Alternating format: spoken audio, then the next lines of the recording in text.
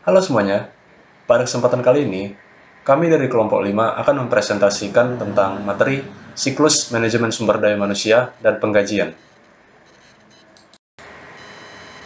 Adapun anggota kelompok kami yaitu, yang pertama, Farida Livia Fauzia nomor absen 10, yang kedua, Ferdi Hermawardana Muhammad absen 11, yang ketiga, Nadia Lisnur Hidayatunisa absen 20, yang keempat, Sabrina Elsa Dianti absen 31, dan yang kelima, Sandri Orensus Alfreando absen 32. Nah, apa itu siklus manajemen sumber daya manusia atau penggajian? Siklus manajemen sumber daya manusia atau penggajian adalah serangkaian aktivitas bisnis dan operasi pengelolaan data terkait yang terus-menerus berhubungan dengan mengelola kemampuan pegawai secara efektif. Tugas-tugas yang lebih penting yaitu, pertama, merekrut dan mempekerjakan para pegawai baru. Yang kedua, pelatihan. Yang ketiga, penugasan pekerjaan. Yang keempat, kompensasi atau penggajian. Yang kelima, evaluasi kinerja. Dan yang terakhir, mengeluarkan pegawai karena penghentian yang sukarela maupun tidak. Selanjutnya adalah sistem informasi siklus manajemen sumber daya manusia atau penggajian. Sistem informasi siklus manajemen sumber daya manusia atau penggajian merupakan aktivitas-aktivitas terkait manajemen sumber daya manusia seperti informasi mengenai perekrutan, pemecatan, pemindahan, pelatihan, dan sebagainya, serta kumpulan informasi mengenai penggunaan waktu pegawai yang terjadi setiap hari. Sementara, penggajian merupakan suatu aplikasi berkelanjutan yang diproses dengan modus batch. Ancaman yang kemungkinan terjadi ada 5. Yang pertama, data induk yang tidak akurat. Yang kedua, pengungkapan yang tidak diotorisasi atas informasi yang sensitif. Yang ketiga, hilang atau rusaknya data. Yang keempat, mempekerjakan pegawai yang tidak berkompetensi atau pegawai yang berbahaya. Yang kelima, pelanggaran hukum ketenagakerjaan. Nah, dari 5 ancaman tadi, ditetapkan pula pengendalian untuk mencegah ancaman tersebut terjadi. Untuk ancaman pertama, pengendaliannya ada 3. Yang pertama, pengendalian integritas pengumpulan data. Yang kedua, pembatasan akses terhadap data induk. Yang ketiga, pemeriksaan atas seluruh perubahan terhadap data induk. Untuk ancaman kedua, pengendaliannya ada 3. Yang pertama, pengendalian akses. Yang kedua, enkripsi. Dan yang ketiga adalah tokenisasi. Untuk ancaman ketiga, pengendaliannya berupa backup dan prosedur pemulihan bencana. Untuk ancaman keempat, pengendaliannya ada 2. Yang pertama, prosedur perekrutan yang baik, termasuk verifikasi surat kepercayaan pelamar kerja, kemampuan referensi, dan riwayat pekerjaan. Yang kedua, penyelidikan latar belakang kriminal kepada seluruh pelamar kerja. Untuk ancaman kelima, pengendaliannya ada 2. Yang pertama, dokumentasi menyeluruh atas perekrutan, evaluasi kinerja, dan prosedur pemecatan. Yang kedua, pembelajaran berlanjut atas perubahan dalam hukum.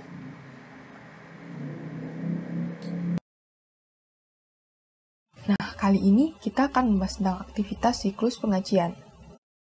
Berikut adalah diagram konteks yang menjelaskan tentang pihak-pihak yang terlibat dalam aktivitas siklus penggajian. Yang pertama, Departemen MSDM yang memberikan informasi mengenai perekrutan, pemberhentian, dan perubahan tingkat pembayaran, termasuk kenaikan gaji dan promosi jabatan. Yang kedua, para pegawai mengajukan perubahan terkait potongan yang mereka tentukan secara bebas, misalnya iuran untuk dana pensiun. Yang ketiga, departemen-departemen yang memberikan data mengenai jam kerja aktual para pegawai. Lalu ada juga para petugas pemerintahan yang memberikan tingkat pajak dan instruksi untuk memenuhi ketentuan peraturan. Lalu ada juga perusahaan asuransi serta organisasi lain yang memberikan instruksinya agar menghitung dan membayarkan berbagai potongan gaji untuk pembayaran pajak. Aktivitas siklus penggajian terdiri dari 5 aktivitas. Yang pertama, memperbarui database induk penggajian. Yang kedua, memvalidasi data dan waktu kehadiran. Yang ketiga, menyiapkan penggajian. Yang keempat, mengeluarkan penggajian. Yang kelima adalah menghitung dan mengeluarkan pajak penghasilan yang dibayar pegawai, serta potongan pegawai sukarela. Aktivitas pertama dalam siklus MSDM adalah memperbarui database induk penggajian. Nah, aktivitas ini merefleksikan berbagai jenis perubahan yang diajukan secara internal seperti perekrutan baru, pemberhentian, perubahan pada tingkat bayaran, atau perubahan dalam gaji tertahan yang ditetapkan. Dan Departemen MSDM bertanggung jawab untuk memperbarui database penggajian, untuk perubahan yang diajukan secara internal terkait ketenagakerjaan. Ancaman dan pengendalian pertama terkait aktivitas pertama adalah perubahan yang tidak terotorisasi terhadap data induk pengajian. Untuk mengatasi ancaman ini, kita dapat melakukan setidaknya dua hal. Yang pertama, pemisahan tugas. Departemen MSDM memperbarui data induk, tetapi hanya Departemen Pengajian yang menerbitkan dokumen-dokumen pengajian. Selain itu, kita juga dapat melakukan pengendalian akses. Ancaman selanjutnya adalah pembaruan yang tidak akurat atas data induk pengajian. Untuk mengatasi ancaman ini, kita dapat melakukan pengendalian integritas pengolahan data dan juga pemeriksaan teratur atas seluruh perubahan terhadap data pengajian induk. Aktivitas kedua dalam siklus MSDM adalah memvalidasi data dan waktu kehadiran. Dalam memvalidasi data waktu dan kehadiran, ada dua dokumen sumber. Yang pertama, kartu waktu atau time ticket. Time ticket adalah sebuah dokumen yang mencatat waktu kedatangan dan keberangkatan pegawai untuk setiap giliran atau shift kerja. Para pegawai yang mendapatkan gaji tetap seperti manajer dan staf profesional sering mencatat pekerjaan tenaga kerja mereka dengan kartu waktu. Selain itu, kita juga dapat mencatat berdasarkan lembar waktu atau timesheet. Timesheet adalah sebuah tampilan layar entry data atau dokumen kertas yang digunakan oleh para profesional yang digaji untuk mencatat lamanya waktu yang dihabiskan dalam melakukan berbagai tugas untuk klien-klien tertentu. Ancaman yang dapat terjadi pada aktivitas kedua ini yaitu data waktu dan kehadiran yang tidak akurat. Untuk mengatasi ancaman ini, kita dapat melakukan beberapa pengendalian, seperti yang pertama, otomatisasi data sumber untuk tangkapan data. Yang kedua, pemisahan tugas, seperti rekonsiliasi kartu jam kerja terhadap kartu waktu. Yang ketiga, autentifikasi biometri. Dan yang keempat, pemeriksaan pengawasan. Menyiapkan penggajian.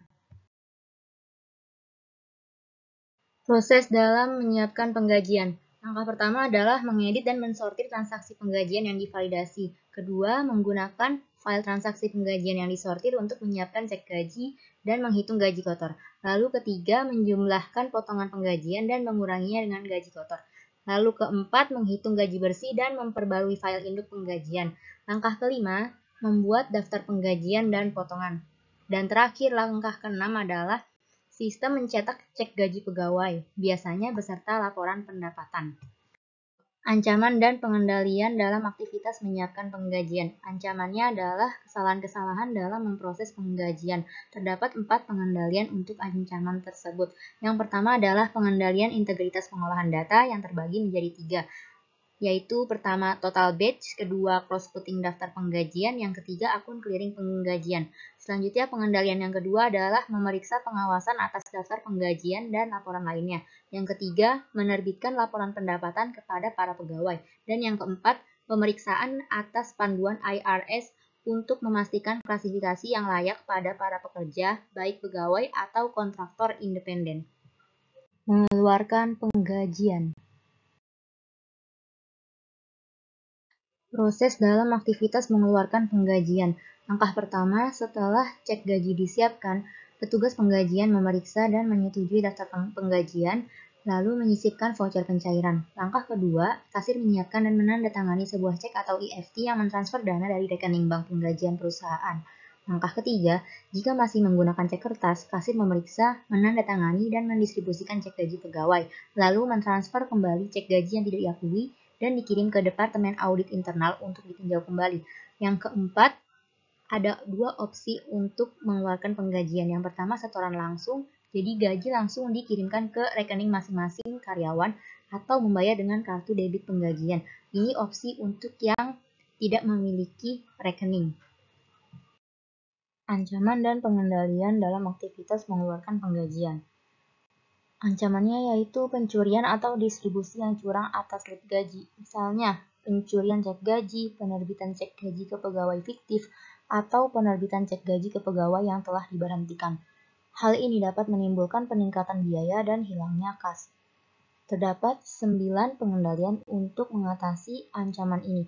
Yang pertama adalah pembatasan akses terhadap cek gaji kosong dan mesin tanda tangan cek. Yang kedua, pembatasan akses terhadap sistem EFT. Yang ketiga, penomoran sebelumnya dan akuntansi secara periodik untuk seluruh cek penggajian dan pemeriksaan seluruh transaksi setoran langsung EFT. Pengendalian yang keempat adalah mewajibkan dokumentasi pendukung yang layak untuk seluruh cek penggajian. Contohnya, daftar penggajian dan voucher pencairan. Yang kelima, penggunaan akun pengecekan terpisah untuk penggajian dikelola sebagai sebuah dana tetap. Ini untuk membatasi dampak kerugian perusahaan terhadap jumlah kas dalam rekening penggajian terpisah. Yang keenam adalah pemisahan tugas. Maksudnya, petugas penggajian memiliki tanggung jawab untuk mencatat penggajian, sedangkan kasir bertanggung jawab untuk mendistribusikan cek gaji. Yang ketujuh adalah pembatasan akses terhadap database induk penggajian untuk mengurangi risiko pembuatan cek untuk pegawai fiktif. Selanjutnya, pengendalian yang ke-8, yaitu verifikasi identitas seluruh pegawai yang menerima cek penggajian. Pengendalian lebih lanjutnya dengan pembentukan Departemen Audit Internal yang secara periodik dan mendadak mengobservasi proses distribusi cek gaji untuk memverifikasi bahwa seluruh cek gaji diambil oleh pegawai yang valid. Yang terakhir, pengendalian yang ke-9 adalah menyetorkan ulang cek penggajian yang tidak diakui dan menyelidiki akibatnya. Jadi, cek gaji tersebut kemudian harus dilacak kembali ke catatan waktu dan dicocokkan terhadap file induk penggajian pegawai untuk memverifikasi bahwa cek tersebut memang sah. Selanjutnya, pada aktivitas kelima, yaitu menghitung dan mengeluarkan pajak penghasilan yang dibayar pegawai serta potongan pegawai sukarela.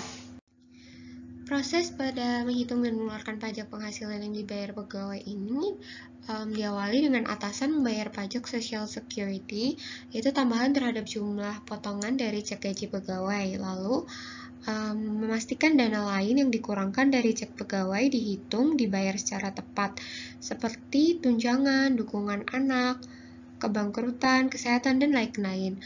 Lalu menawarkan Flexible Benefit Plan, yaitu tiap pegawai menerima beberapa perlindungan minimum pada asuransi medis, dana pensiun, kontribusi amal, plus manfaat tambahan kredit yang dapat digunakan untuk mendapat waktu berlibur ekstra atau asuransi tambahan. Kadang disebut manfaat gaya kafetaria karena Flexible Benefit Plan ini menawarkan pilihan seperti menu kafetaria. Ancaman dan pengendalian. Kegagalan melakukan pembayaran yang diminta dan pembayaran yang tidak tepat waktu dapat dilakukan pengendalian konfigurasi sistem untuk melakukan pembayaran yang diminta menggunakan instruksi dari IRS. Lalu pembayaran yang tidak tepat dapat dilakukan pengendalian integritas pemrosesan seperti cross-voting dan total batch. Lalu secara detektif dapat memeriksa pengawasan atas laporan pemeriksaan pegawai atas laporan pendapatan. Opsi outsourcing.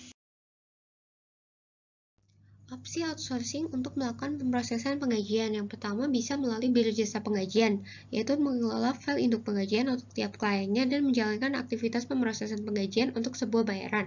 Sedangkan kalau organisasi pengusaha profesional memproses penggajian dan menyediakan jasa manajemen SDM. Biasanya, biro jasa penggajian akan lebih murah karena jangkauan layanannya lebih sempit. Cara kerja dari opsi outsourcing ini, organisasi mengalihkan pemrosesan penggajian, lalu organisasi akan mengirimkan data mengenai waktu dan kehadiran pegawai, juga perubahan personil pegawai setiap akhir periode penggajian ke jasa pemrosesan tersebut. Lalu, biro penggajian ataupun organisasi profesional pengusaha akan menggunakan data untuk menyiapkan cek gaji pegawai, laporan pendapatan, daftar penggajian, dan secara periodik juga menghasilkan laporan pajak. Alasan mengapa ada opsi outsourcing ini karena yang pertama mengurangi biaya, lalu jangkauan manfaatnya lebih luas, dan yang terakhir pembebasan sumber daya komputer.